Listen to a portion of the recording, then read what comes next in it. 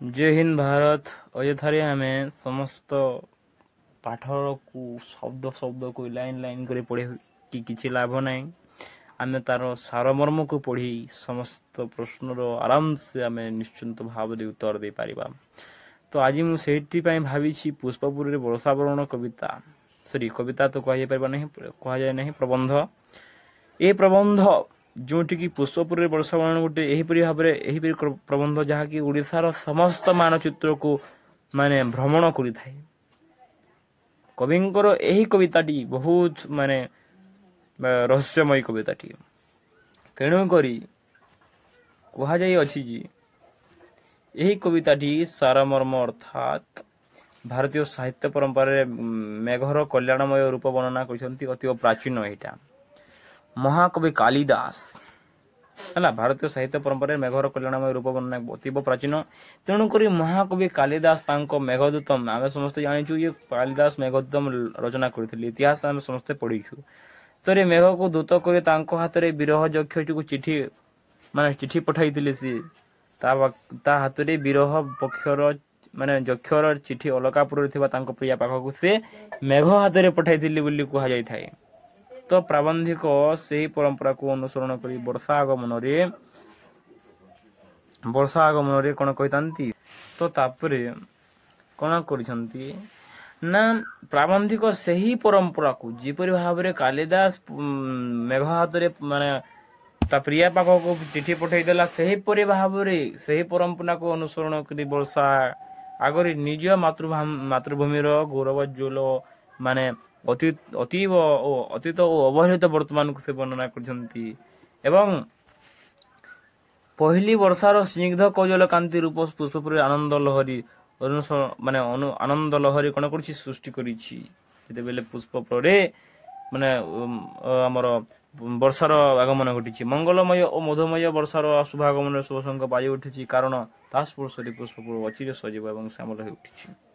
लेखक वर्षा को संबोधन कर अतीतर माने घटना को मन पकई देइछन्ते विरह जक्षर संवाद नहीं एकदा अलकापुर जाइथा वर्षा को से सूचाइछन्ती व्यक्ति ठारो गोष्ठी बड़ नुहे कि बोली से मध्य सूचाइछन्ती माने वर्षा को माने आक्षेप कर कहछन्ती जे तू जने व्यक्ति जदि चिठी पठेई पारुछु एठारे उत्कल भूमि माने हजार हजार लोकंकर माने शस्य क्षेत्र कोन होछि सुखी कि मरि जाउछि धान तो एमानंको कोन तोर आखि दिसुनी तू गोष्ठी बड़ नुह कि व्यक्ति बड़ बोली से मध्य प्रश्न करछन्ती बुझेला। से कहते जे एकक व्यक्ति जक्ष जो उपकार वर्षा कला से उपकार गोष्ठी कले समग्र जीवजगत तिष्टि रहिबो बोली से कहते बुझेला। से कहते एकदा व्यक्ति तो करि पारुछु तो गोष्ठी से माने कले कौन तोर क्षति होता कि बोली मध्य से माने मेघ को कहते। उत्कल रे जला भाव हाहाकार दर्शाई प्राबंधिक अश्रु अर्घ्य रचना करी कातर कंठ अश्रु अर्घ्य माने तांकर लुह एवं माने लुह रूपक घिओ से रचना करी कौन करछन्ती ना वर्षा को उत्कल भूमि को जीवा कहते आवर्तित मेघमाला पथ हुड़ी चली भावी से कौन करछन्ती वर्षा उद्देश्य शुणाई जदि से धुआं जलकणा किंबा ज्योति हुई ता सहित मिसी पारंते तेरे आगरे उड़ी जाए मातृभूमि को से चिन्हाई दियंते बोली मध्य से कहते ना एवं मात्र वर्षा को उत्कलीय भूमि को चिन्हवा कष्ट हो नहीं मात्र वर्षा को उत्कल भूमि को चिन्हवा को कष्ट हो नहीं कहीं समग्र भारत सारभूता होची मातृभूमि समग्र भारत वर्ष ओडिशा बोली जो प्रदेश टी होची सेटा होची समस्त गोटे सारभूता कहीं सारभूता ना सेठारे भगवान जगन्नाथंकर आविर्भाव होची सेठारे तांकर अवस्थान करछन्ती तेणुकर से होची गोटे आविर्भूत एवं समस्त क्षेत्र रे खाली जगन्नाथ क्षेत्र रे बोली कह जाय पारिबो समस्त क्षेत्र रे होची उत्कल मान सारभूता उत्कल गोटे दिगरे पुग पुन्नाग तल तमल नारिकेल वृक्ष वनराज्य सुशोभित भेलाभूमि होता बेले आ गोटे आड़े तू देखा पाइबु जे पर्वत आच्छादित निघंच वनराज्य श्यामलीला शोभारे मनमुग्धकर भूखंडे मातृभूमि एकदा कोटि वीर सन्तानर जननी कीर्तिशालिनी रत्नगर्भा नद नदी परिपूर्ण सबुज श्यामल सुजला सुफल मातृत्व आज खंड विखंडता और लांछिता हो पदता हो भूमि को चिन्ही ତା ଆକାଶରେ ଆବିର୍ଭୂତ ହେବାକୁ ଲେଖକ ମେଘକୁ ମଧ୍ୟ କହିଛନ୍ତି। ତାର ନବଘନ ରୂପ ଦେଖି ଉତ୍କଳବାସୀ ଖୁସି ହେବେ ବୋଲି ମଧ୍ୟ ସେ କହିଛନ୍ତି। ମାନେ ତୋର ସେଇ ରୂପକୁ ମାନେ ତୁ ଯେତେବେଳେ ଉତ୍କଳରେ ଆବିର୍ଭାବ ହେବୁ ସେ ରୂପକୁ ଦେଖି ଉତ୍କଳବାସୀ ଆନନ୍ଦରେ ପୁରା ଉଲ୍ଲସିତ ହୋଇ ଉଠିବେ ବୋଲି ମଧ୍ୟ ସେ କହିଛନ୍ତି। ଲେଖକ ବର୍ଷାକୁ କାତର ହୋଇ କହିଛନ୍ତି ଯେ ତାର ବଦାନ୍ୟତାର ମହତ୍ଵ କଣ ହେବ ନା ଦରିଦ୍ର ମାନଙ୍କ ଠାରେ ହିଁ କଣ ହେବ ନା ବଢି ଉଠିବ। ତେଣୁ ପ୍ରଥମେ ଦାକ୍ଷିଣତାର ବଣ ପାହାଡ ଘେରା ଦରିଦ୍ର ବନବାସୀଙ୍କୁ ନିରାଶନ କରି ସେଠାରେ ତୁ ବର୍ଷିଯିବୁ। କଙ୍କରିତ ପାହାଡିଆ ଅସମତଳ ଭୂମିରେ ଜଳ ବିନା ଝାଉଁଳି ପଡିଥିବା ଶାଲିଧାନ ତୁ ସ୍ପର୍ଶରେ ନବଜୀବନ ପାଇବ। ଅର୍ଥାତ୍ ମେଘ ବିନା ବା ଜଳ ବିନା ଯୋଉ ପଡିଥିବା ଉତ୍କଳବାସୀଙ୍କର ସେଇ ବନବାସୀଙ୍କର ତାଙ୍କର ଶସ୍ୟ କ୍ଷେତ୍ର ଅର୍ଥାତ୍ ଶୁଖି ପଡି ରହିଛି ତୋର ତୋର ସ୍ପର୍ଶରେ ଅର୍ଥାତ୍ ବାରିବାହର ସ୍ପର୍ଶରେ ସେ ଶସ୍ୟ କ୍ଷେତ୍ର ଗୁଡାକ କଣ ହେବ ନା ସୁଶୋଭିତ ହେଇଯିବ, ସବୁଜ ଶ୍ୟାମଳ ହୋଇ ଉଠିବ। ତେଣୁକରି ତୁ ପ୍ରଥମେ ବନବାସୀଙ୍କ ପାଖକୁ ବର୍ଷିଯିବୁ ବୋଲି ମଧ୍ୟ ସେ କହୁଛନ୍ତି। କଙ୍କରିତ ପାହାଡିଆ ଅସମତଳ ଭୂମିରେ ଜଳ ବିନା ଝାଉଁଳି ପଡିଥିବା ଶାଲିଧାନ କ୍ଷେତ୍ର ତୋ ସ୍ପର୍ଶରେ ନବଜୀବନ ପାଇବ। ନିଘଞ୍ଚ ବନଭୂମିରେ ବାସ କରୁଥିବା ସରଳ ନିରୀହ ନରନାରୀ ଭୋଗବିଳାସ ଭିତରେ ଜୀବନ ନିର୍ବାହ କରୁଛନ୍ତି। ମାନେ ସେଇ ବନ ଭିତରେ ଯେଉଁ ନରନାରୀ ମାନେ ଅଛନ୍ତି ସେମାନେ ଭୋଗବିଳାସ ଭିତରେ କଣ କରୁଛନ୍ତି ନା ଜୀବନ ନିର୍ବାହ କରୁଛନ୍ତି। ପାହାଡି ଝରଣାର ଗତି ଅର୍ଥାତ୍ ପାହାଡି ଝରଣାର ଗତି ପରି ସ୍ୱଚ୍ଛନ୍ଦ ସେମାନଙ୍କ ଜୀବନ ଦ୍ୱାରା ସେମାନେ ସେଠିକାର କୃତ୍ରିମ ପ୍ରସାଧନ ଯେମିତିକି ତାଙ୍କ ପାଦରେ ସେମାନେ ଅଲତପ୍ତ ବୋଲନ୍ତି ନାହିଁ ଏବଂ କଣ କରନ୍ତି ନାହିଁ ସୁସ୍ଥ ସବଳ ତନୁଲତା ଧରି ସେମାନେ ନରନାରୀ ମାନେ ସଭାରେ କଣ କରନ୍ତି ନା ବଣ ଫୁଲର ମାଳା ସଜାଇ ନିଜ କର୍କଶ ପାହାଡିଆ ପଥକୁ ହାସ୍ୟ ଏବଂ ସଙ୍ଗୀତ ମୁଖରକର ପାହାଡି ନଦୀ ପରି ଗତି କରି ଚାଲନ୍ତି ଅର୍ଥାତ୍ ନିର୍ଝରଣୀ ପରି ଗତି କରି ଚାଲନ୍ତି। ସେମାନେ ସମସ୍ତେ ବର୍ଷାର ବାନ୍ଧବୀ ଅଟନ୍ତି କାରଣ ମେଘ ଘଡଘଡିକୁ ନଡରେ ସେମାନେ କଣ କରନ୍ତି ଅବିରତ ଶସ୍ୟ କ୍ଷେତ୍ରରେ ବାରିବାହକୁ ନଡରେ ସେମାନେ କଣ କରନ୍ତି ଅବିରତ କାର୍ଯ୍ୟ କରିଥାନ୍ତି। ସେମାନେ ତାଙ୍କ ସ୍ୱାମୀଙ୍କ ପାଖକୁ ଚାଲି ଯାଆନ୍ତି ନାହିଁ ଘିଡି ଘିଡି ଚୋଡରେ ସେମାନେ ଅବିରତ କାର୍ଯ୍ୟ କରିଥାନ୍ତି। ଏହି ବନବାସୀ ମାନେ ପ୍ରକୃତି ବ୍ୟତୀତ ଆଉ କାହାର ମଧ୍ୟ ଅନୁଗ୍ରହ ଲୋଡନ୍ତି ନାହିଁ, କାହିଁକି ନା ସେମାନେ ଝାଲ ବୁହା ଧନରେ ଅର୍ଥାତ୍ ନିଜ ଝାଲ ବୁହା ଧନରେ ପେଟ ପୋଷିବାକୁ ଉଚିତ ମନେ କରିଥାନ୍ତି। ତେଣୁକରି ପ୍ରକୃତି ଅର୍ଥାତ୍ ବାରିବାହ କିମ୍ବା ମେଘ ବ୍ୟତୀତ ଅନ୍ୟ କାହାର ମଧ୍ୟ ଦରକାର ସେମାନଙ୍କୁ ନାହିଁ। ସେମାନେ କାହା ଉପରେ ସ୍ୱାଧୀନ, ସେମାନେ କାହା ଉପରେ ସେମାନେ ଡିପେଣ୍ଡ କରନ୍ତି ନାହିଁ। ସେମାନେ ହଉଛନ୍ତି ଇଣ୍ଡିପେଣ୍ଡେଣ୍ଟ। ତ ସେମାନେ ନିଜ ଝାଲ ବୁହା ଧନରେ ପେଟ ପୋଷିବା ଉଚିତ ମନେ କରନ୍ତି। ସଭ୍ୟ ଜଗତରେ ଯେତେବେଳେ ତସ୍କରତା ଅର୍ଥାତ୍ ଚୋରି ଡକାୟତି ଏଗୁଡାକ ଯେତେବେଳେ ଲୋପ ପାଇବ ହଉଛି ମୋଷ୍ଟ ଇମ୍ପୋର୍ଟାଣ୍ଟ MCQ, ତସ୍କରତା ଲୋପ ପାଇବ ସେମାନଙ୍କ ପାଖରେ ନାହିଁ। ମାନେ ସଭ୍ୟ ଜଗତରେ ସେହିପରି ଭାବରେ କୁହାଯାଇଛି କି ଯେତେବେଳେ ସଭ୍ୟ ଜଗତରେ ତସ୍କରତା ସରିଯିବ ମାନବ ସରଳ ନିରୀହ ବନବାସୀଙ୍କ ପାଖରେ ପ୍ରକୃତିକ ମାନବିକତା ରହିଛି। ତେଣୁକରି ସେମାନଙ୍କୁ ନିରାସନ କରିବା ପାଇଁ କହିଛନ୍ତି ଏବଂ ଯେତେବେଳେ ପୃଥିବୀରେ ତସ୍କରତା ଲୋପ ପାଇବ ସମସ୍ତେ ମାନବିକତା ଶିଖିବା ପାଇଁ ବନବାସୀ ମାନଙ୍କ ପାଖକୁ ଚାଲି ଆସିବେ ବୋଲି ମଧ୍ୟ କୁହାଯାଇଛି। ସେମାନଙ୍କୁ ତେଣୁକରି ନିରାଶ ନ କରି ସେମାନେ ଯେହେତୁ ଏତେ ତାଙ୍କର ଗୁଣ ଗୁଡାକ ଅଛି ସୁଗୁଣ ଗୁଡାକ ଅଛି ସେମାନଙ୍କୁ ନିରାଶ ନ କରି ଅବିରତ ବାରିପାତ କରିବାକୁ ଲେଖକ ବର୍ଷାକୁ ଅନୁଗ୍ରହ କରୁଛନ୍ତି ବା ଅନୁରୋଧ କରୁଛନ୍ତି।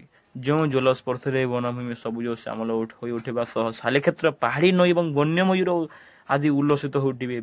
ଯେମିତିକି ବାଦଲର ଆସିଲେ ମେଘ ଆସିଲେ ଯେମିତିକି ମୟୂର ନାଚେ ତାଲି ତାଲି ସେପରି ନାନା ଫୁଲରେ ବନଭୂମି ଆମୋଦିତ ହେବା ବୋଲି ମଧ୍ୟ କବି କହିଛନ୍ତି। କାହାକୁ ଆଉ କଣ ନା ଅବିରତ ବାରିପାତରେ ଯଦି କ୍ଳାନ୍ତି ଆସେ ବର୍ଷା ହଉ ଯଦି କଣ୍ଟିନ୍ୟୁଅସଲି ତୁ ଯଦି ବର୍ଷା ହେଇଥାଉ ତୋତେ ଯଦି କୌଣସି ଟାୟାର୍ଡ ଫିଲ୍ ହୁଏ ବା କ୍ଳାନ୍ତ ଫିଲ୍ ହୁଏ ତେବେ ତୁ ଉତ୍କଳ ଭୂମିର ନଭଶ୍ଚୁମ୍ବୀ ପର୍ବତ ବାଲା ମେଘାସନ ଏବଂ ମାଲ୍ୟଗିରି କଣ ନା ମେଘାସନ ଏବଂ ମାଲ୍ୟଗିରି ଏହି ଦୁଇଟି ପର୍ବତର ନାମ ମନେ ରଖିବ।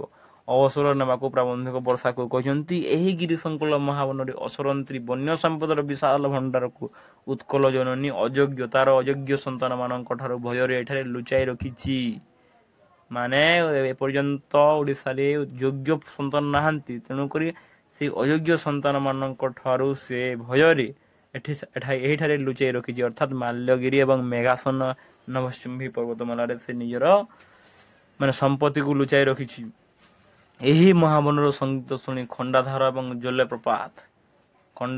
ଜଳପ୍ରପାତ କ୍ରୀଡ଼ା କରି ବନଭୂମିରେ ବୁଲୁ ବୁଲୁ ତାର ଅସରନ୍ତି ସମ୍ପଦକୁ ଦେଖି ବର୍ଷା ଆଶ୍ଚର୍ଯ୍ୟ ହୋଇଯିବ ବୋଲି ମଧ୍ୟ ସେ କହୁଛନ୍ତି। ଦେଖ ମାନେ ସେ ଉତ୍କଳରେ ବୁଲୁ ବୁଲୁ ଅର୍ଥାତ୍ ଉତ୍କଳରେ ବୁଲୁ ବୁଲୁ ସେ ନଭଶ୍ଚୁମ୍ବୀ ପର୍ବତ ଯେଉଁ ଦେଖିକି ନଭଶ୍ଚୁମ୍ବୀ ପର୍ବତ ମାଲରୁ ଆସି ଯାଇଛନ୍ତି ଆମର ଖଣ୍ଡାଧାର ଜଳପ୍ରପାତରୁ ପୁଣି ଯାଇଛନ୍ତି କି ବୁଲୁ ବୁଲୁ କଣ କେଉଁଠାକୁ ଯାଇଛନ୍ତି ଅସରନ୍ତ ସେ ଖଣ୍ଡାଧାର ବନଭୂମିରେ ତୁ ଅସରନ୍ତି ସମ୍ପଦ ଦେଖି ତୁ ଆଶ୍ଚର୍ଯ୍ୟ ହୋଇଯିବୁ ବୋଲି ବର୍ଷାକୁ ସେ କହିଛନ୍ତି।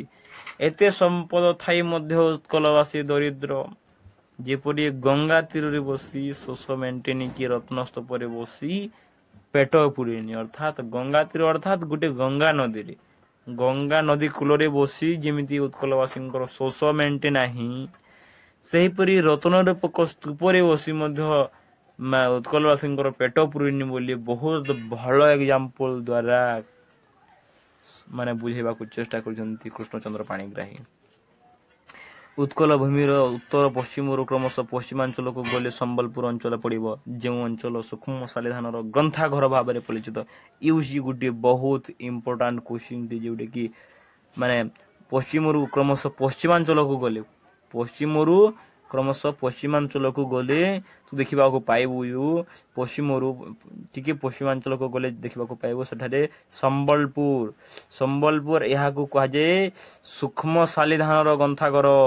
କଣ କୁହାଯାଏ? ସୂକ୍ଷ୍ମ ଶାଲିଧାନର ଗ୍ରନ୍ଥାଘର ବୋଲି ମଧ୍ୟ କୁହାଯାଏ ଏହାକୁ।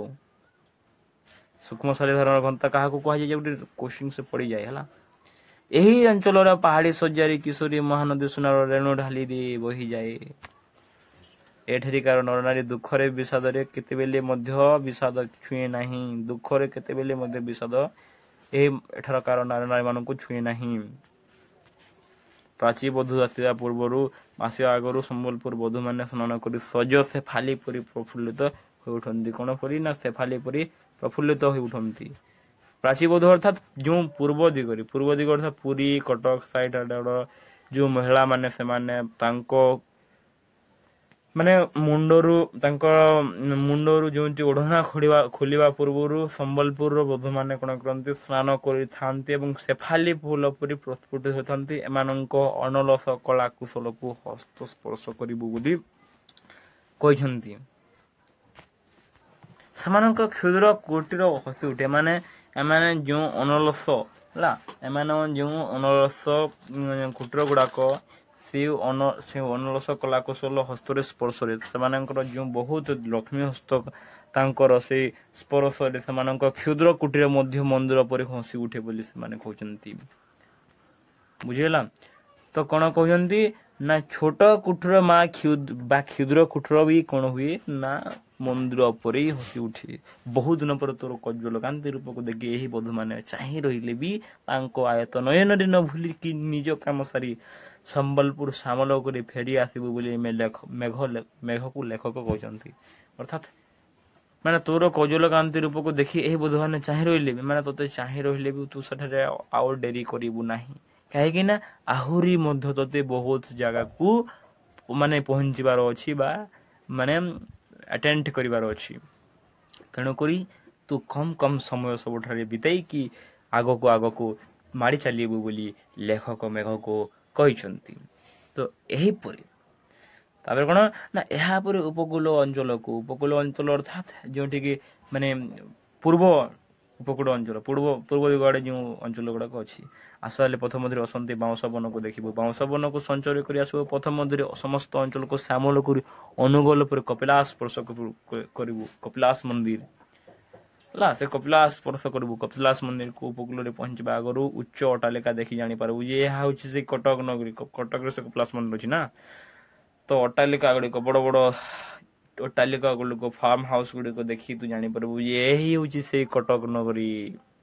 ଉତ୍କଳର ଶ୍ରେଷ୍ଠ ଅଞ୍ଚଳକୁ କଟକ ବୋଲି କୁହାଯାଏ। ମେଘ ଆଗରେ କଟକର ବର୍ଣ୍ଣନା କରିବାକୁ ଯାଇ ଲେଖକ ସୂଚାଇ ଯାଇଛନ୍ତି ଯେ ବାରାଣାସୀ କଟକ ଥିଲା ଦିନେ ଗର୍ବିତ ଗଜପତିର ରାଜଧାନୀ। ବାରାଣାସୀ କଟକ ମଧ୍ୟ ବୋଲି କଟକକୁ କୁହାଯାଉଛି।